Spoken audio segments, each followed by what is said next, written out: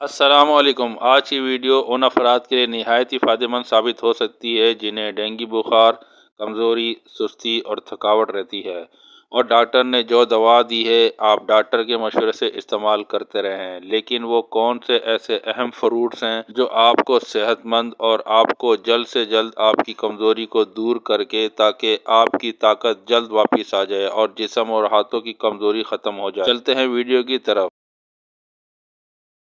سب سے پہلے یہ جاننا بہت ضروری ہے کہ کمزوری اور ڈینگی کی علامت کیا ہے۔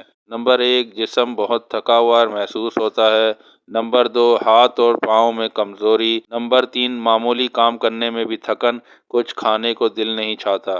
نمبر 4، بخار کے بعد جسم میں بہت سی کمزوری رہتی ہے۔ اگر آپ کو یہ سب علامت ہے تو لازمی اپنے ڈاکٹر کو چیک کروائیں۔ اکثر افراد یہ غلطی کرتے ہیں کہ خود سے اینٹی بائیوٹک استعمال کرنے لگ جاتے ہیں۔ حالانکہ عام طور پر ڈینگی اور ملیریا میں ڈاکٹر اینٹی بائیوٹک استعمال کرنے کا مشورہ نہیں دیتے، جس کا نقصان آپ کو اٹھانا پڑ سکتا ہے۔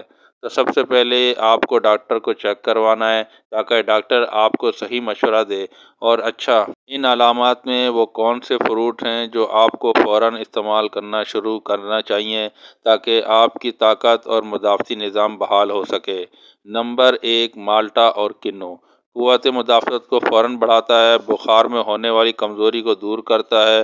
مالٹا اور کنو خاص طور پر یہ انفیکشن کو لڑنے میں مدد کرتے ہیں۔ نمبر 2، پپیتا۔ فوراً پلیٹلیٹس بڑھانے کے لیے بہترین ہے، ہاضمہ درست کرتا ہے، توانائی واپس لاتا ہے اور جسم کو چست رکھتا ہے۔ نمبر 3، کیوی اور امرود۔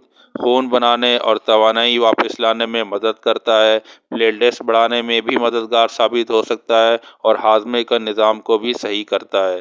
نمبر 4، کیلا۔ کیلا فوراً جسم کو توانائی دیتا ہے، پوٹیشیم اور وٹامن B6 کی کمی دور کرتا ہے، ہڈیوں کو مضبوط بنانے میں مدد کرتا ہے۔ نمبر 5، سیب۔